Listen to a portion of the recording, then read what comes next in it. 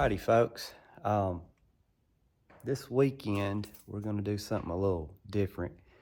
I know y'all got a couple of chasing train videos this past week or two, but anyway, we don't know yet, might get some train footage, but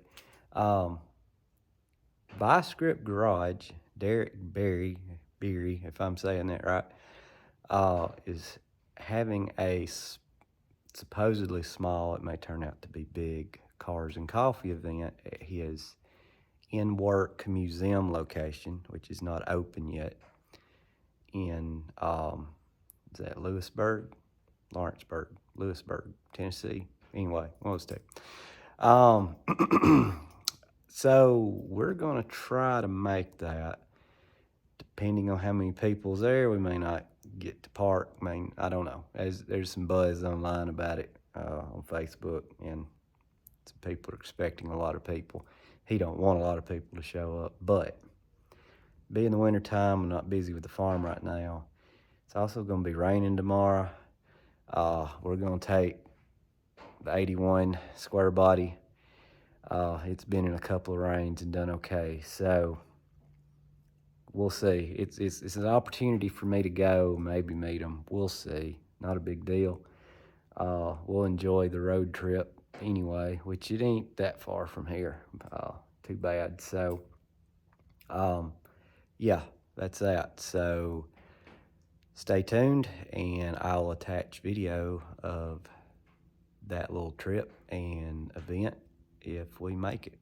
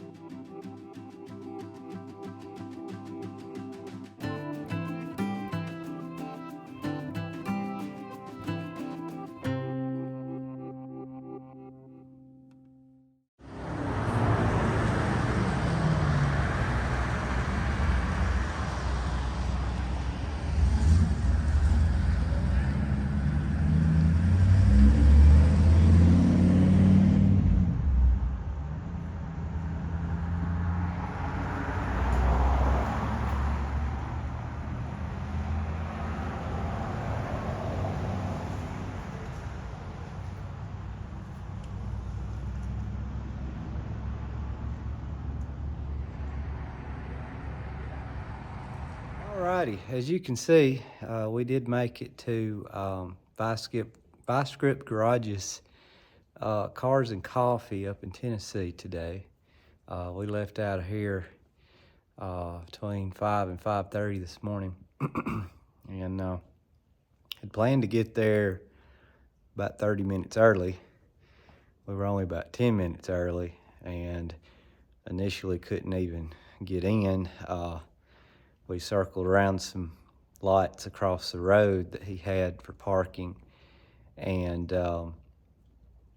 didn't get a spot, and was coming out, and they were letting just a few more cars into the main area by the museum, and we were able to back in there. But as you see, I didn't get a lot of video or pictures, and I didn't even get to shake Derek's hand, which is fine, or talk to him. As you can see in my video, he had a little bit of a mob following him around at times. And then he started kind of going around to every car. So when I seen that, I was kind of, okay, I'll just wait my turn kind of and wait. But he had a time deadline. He had to be out of there at 10 for something, who knows. He had posted that, had said that. And he got to the car that was parked right in front of me, and told that guy he had something he needed put in his truck. He said, let me put that in the truck, I'll come back. And he never made it back around. He wound up talking to a few other people over near where his truck was, and wound up leaving right at pretty much 10 on the dot. Now, you'll see, or have seen, a car on a trailer there with a gas line running out the front windshield, if you didn't notice that. But that was the car I think he videoed possibly this week, this week, Saturday now, so earlier this week. So that will be on a future episode, but he had that there sitting on the trailer, so be looking forward to seeing that video and how that turned out. But I know some initial pictures he released of that car didn't even have a front end on it, so it was pretty rough looking. But anyway, got to peer in the front and back of the museum just a little bit, see what's in there. I think it's going to be neat when he gets that like he wants it and gets it open to the public. But otherwise, got to talk to a few people. A lot of people like the truck. I've got some little